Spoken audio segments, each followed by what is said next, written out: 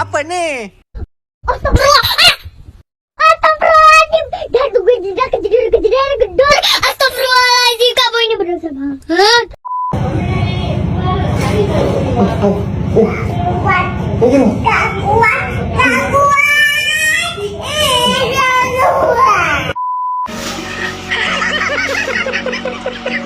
Dibohong. Oh shit, here we go again.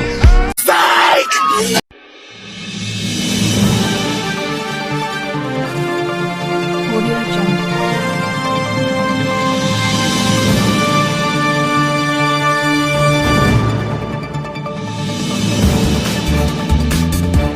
Audio Jungle. Audio Jungle.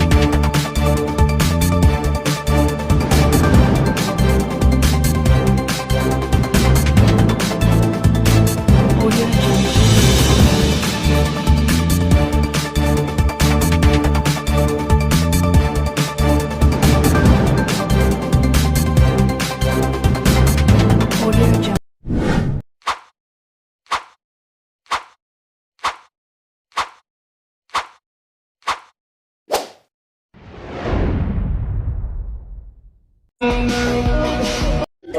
Check over me, into the top, into the top, in top, in top, loud, in top, in top, in top, in top, in top, in top, in top.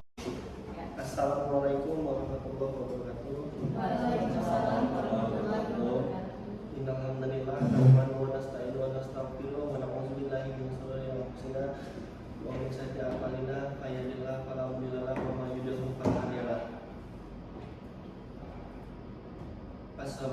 Asyhadu an la ilaha illallah wa asyhadu anna Muhammadan abduhu wa rasuluh la nabiyya ba'dahu. Perkenalkan, saya di sini selaku moderator Muhammad Kevin Ramadan dari Fakultas Ilmu Hukum Sosial Universitas Muhammadiyah Kota Bumi. Kemudian saya dan rekan-rekan saya yang bernama Saya dengan Muhammad Akil Kennedy dari Universitas Muhammadiyah Kota Bumi, Fakultas Hukum dan Ilmu Sosial. Saya Freddy Febrianto dari Universitas Kota Bumi Lampung Utara dengan Fakultas Hukum dan Ilmu Sosial. Saya Irma Yorita dengan Fakultas dari Universitas Muhammadiyah Kota Bumi dari Fakultas Hukum dan Ilmu Sosial. Saya Kendra Diana dari Fakultas Hukum Universitas Muhammadiyah Kota Bumi. Saya Sri Kandi dari Universitas Muhammadiyah Kota Bumi, Fakultas Hukum dan Ilmu Sosial. Terima kasih juga kepada Ibu Sela Korita SH yang telah menerima kami di Pengadilan Negeri Kota Bumi Lampung Utara, dan saya ucapkan terima kasih juga karena telah membantu kami dalam tugas kuliah kriminologi dengan tema peran sistem kehakiman pidana dalam mencegah dan mengatasi tindak pidana kejahatan. Menurut Ibu sendiri tentang kriminologi itu bagaimana? Ya. Pandangan tentang kriminologi itu ya suatu kejahatan yang terjadi di masyarakat yang disebabkan banyak faktor ya. Faktornya itu bisa terjadi karena sosial, karena lingkungan, kebudayaan, dan juga masalah ekonomi. Di mana untuk di Kota Bumi sendiri itu rata-rata faktor yang menyebabkan kriminologi tinggi itu sebagian besar karena lingkungan, sosial, dan ekonomi. Sesuai kata Ibu tadi kan faktor utamanya itu adalah ekonomi. Iya. Kalau baru-baru ini kan ada kasus yang lagi viral nih Bu, yang di Kecamatan Bungamayang seorang kakek yang membawa kabur sepeda motor seorang siswi. Iya. Itu kan bisa jadi itu kan faktor utamanya adalah ekonomi atau kemiskinan. Jadi pertanyaannya Bu, bagaimana faktor sosial dan ekonomi mempengaruhi kejahatan jalanan dan bagaimana mengurangi angka kejahatan di wilayah dengan angka tingkat kemiskinan yang sangat tinggi? Iya, pertanyaan tadi bagaimana faktor sosial dan ekonomi, gitu ya? Ya, terkadang faktor sosial dan ekonomi itu bukan terkadang ya, memang mempengaruhi ya. Dimana misalkan seseorang tinggal di kehidupan lingkungan sosial yang kebanyakan lingkungan sosialnya itu jauh dari dunia pendidikan, jauh mengenal tentang hukum.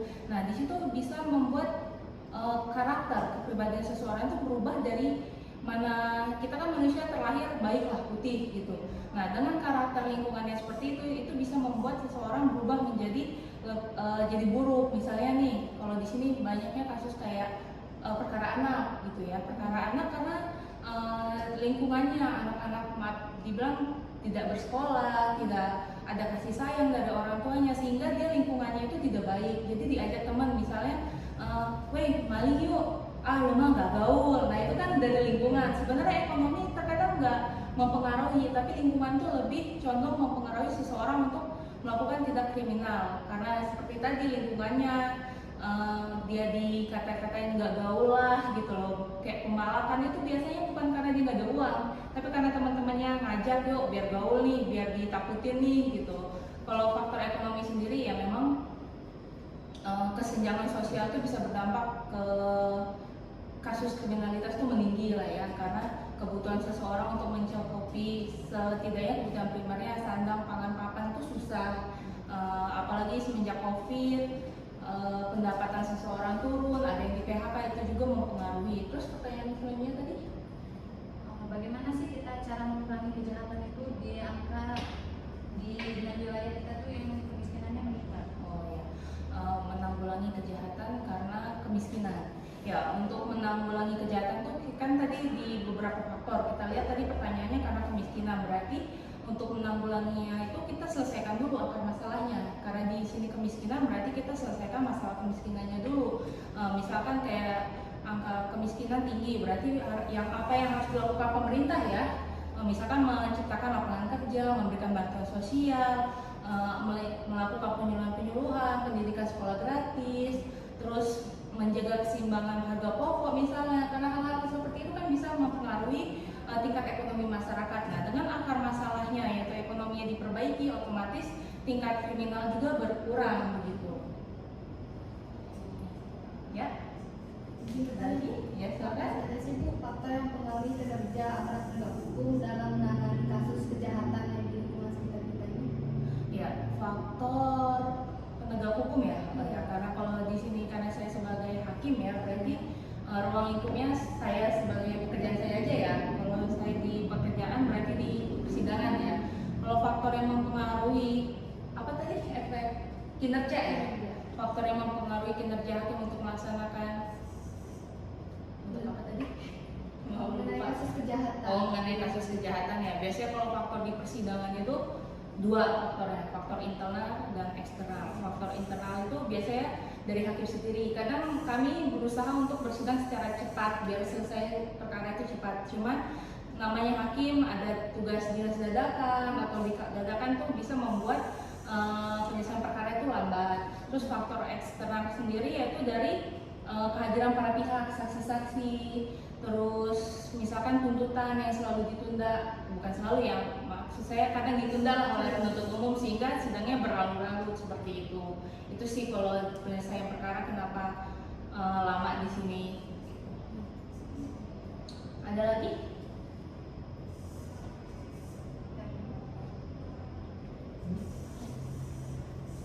Dari saya Bu, pertanyaannya Ya. apa efektivitas yang paling baik program untuk pelaku kejahatan untuk dia biar tidak mengulangi kejahatan itu lagi?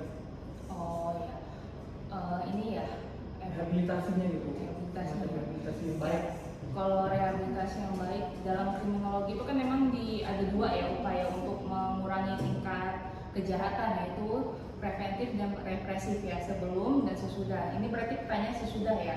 Ya biasanya kalau kami sebagai hakim tuh melihat untuk mengurangi biar terdakwa itu tidak mengulangi kejahatan yang lagi, kami melihat dulu ini terdakwa ini sebelumnya sudah pernah menjalani hukuman apa belum. Nah itu faktor-faktor yang akan, oh orang ini ternyata sudah mengulangi lagi, berarti biasanya jadi faktor pemberat gitu. Atau kami melihat dulu ini belum pernah dihukum, oh berarti ini baru pertama kali. Nah apa sih yang mendasarinya? Kami lihat dulu apa yang mendasarinya, faktor-faktor apa, apakah itu misalkan seperti kejahatan yang dilakukan karena ekonomi lah, dia mencuri tapi bukan karena keinginan pasti keinginan ya, tapi mencuri itu karena terdesakan. Misalkan kalau dia nggak mencuri hari ini, dia tidak makan dan keluarganya tidak tidak bisa makan dan tidak ada ketahanan untuk menjalani kehidupannya gitu. Nah, kalau itu kan kami bisa melihat, oh ya udahlah itu jadi faktor yang meringankan. Dia mencuri itu bukan karena niat buruk loh, tapi karena untuk mempertahankan kehidupannya. Nah, itu bisa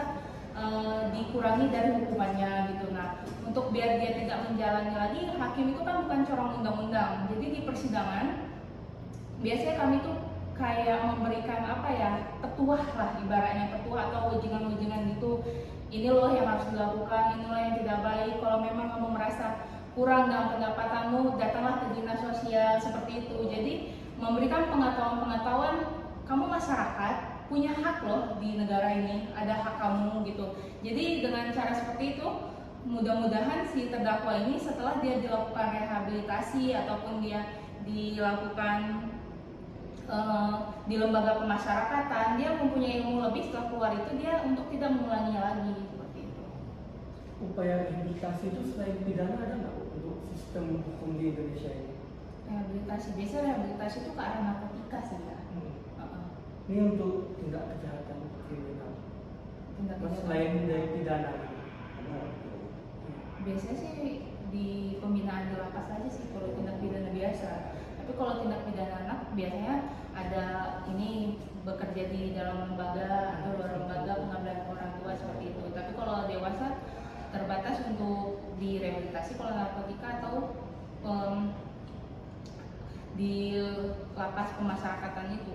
Tapi biasanya di lapas itu sih setahu saya ya, narapidana itu di lapas tuh nggak hanya dia dikurung terus kebebasan diambil, enggak. Di dalam sana mereka biasanya dilakukan ada namanya pemberian keterampilan lebih. Misalnya belajar menjahit, menjadi memasak, mengaji, terus otomotif itu ada di lapas kita. Jadi walaupun seseorang itu di lapas bukan berarti dia nggak ada keterampilan lah yang diberikan oleh negara agar setelah dia menjalani hukumannya itu dia ada pengetahuan tambahan gitu. Orang baru siapa? Yang di Bunga itu. Ada kan yang polisi nggak sengaja karena 7 bina itu kan di gerbang. Polisi itu nggak sengaja nembak kepalanya sampai mati. Dan itu kayak mana sih Bu? Apa polisi itu kena sanksi atau dia bisa dipidana atau kayak mana Bu? Ya kalau kayak gitu ceritanya ya harus didengar keterangan saksi dulu ya. Terus ditanyakan motifnya itu gimana. Biasanya kalau kayak gitu, kalau misalnya itu merupakan ketidaksengajaan atau misalkan dia kena itu karena itu kepalanya ya? Iya. Misalkan ketidaksengajaan atau si korban ini melawan gitu. Nah, polisi kan punya hak untuk membela diri karena jabatannya dia melaksanakan itu. Cuma nanti harus diketahui juga nih, ini pertanyaannya kenapa kepala yang kena tembak kan? Iya, bukan, harusnya kaki kan. Ya, itu harus diselidiki ulang. Biasanya itu kan ada polisi, ya polisi kan punya ini sendiri juga sih, propam. Ya, nanti kan dicari tahu dulu di situ apakah ini masuk ranah pidana atau enggak. Kalau emang ranah pidana biasanya masuk. Nanti di persidangan pun dicari tahu dulu kan perbuatan pidana itu ada yang terbukti tapi bisa itu bukan pidana, atau tidak terbukti berarti. Terima kasih kepada Ibu Sela Korita SH yang telah memberikan ilmu, wawasan dan informasinya kepada kami. Dan kami selaku mahasiswa Muhammadiyah minta maaf apabila ada tutur kata yang salah atau ada sikap-sikap kami yang salah. Pada Ibu, pada Allah kami mohon ampun. Saya akhiri, wabillahi taufiq wal hidayah. Wassalamualaikum warahmatullahi wabarakatuh. Waalaikumsalam.